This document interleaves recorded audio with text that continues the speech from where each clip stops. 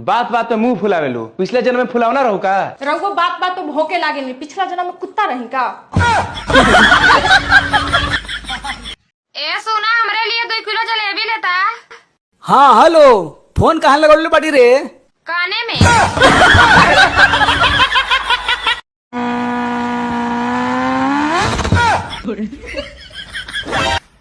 आधार card सुधरता का यहाँ? हाथ तोड़ी के यहाँ हम आधार कार्ड सुधारे बैठल बनी। ये लाड़ से आधार कार्ड ना सुधरी के लिए खोई तो हमने मैदान गिर कर दिलो। अरे होगा। पीछे पानी बा देख लिए। चल कूद।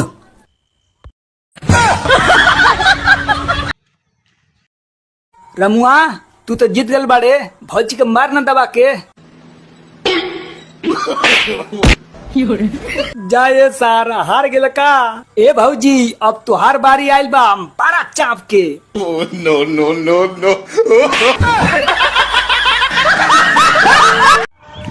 तो देखी सारी, जब से ही हम आयल बनी सोहनी के घूमे, तब से सब लोग सब पूछो बा हौसार से कैसे हाथ घुमा घुमा के वो पोज देता, तिले आगे से तिले पीछे से मने खिंचवाता फोटो।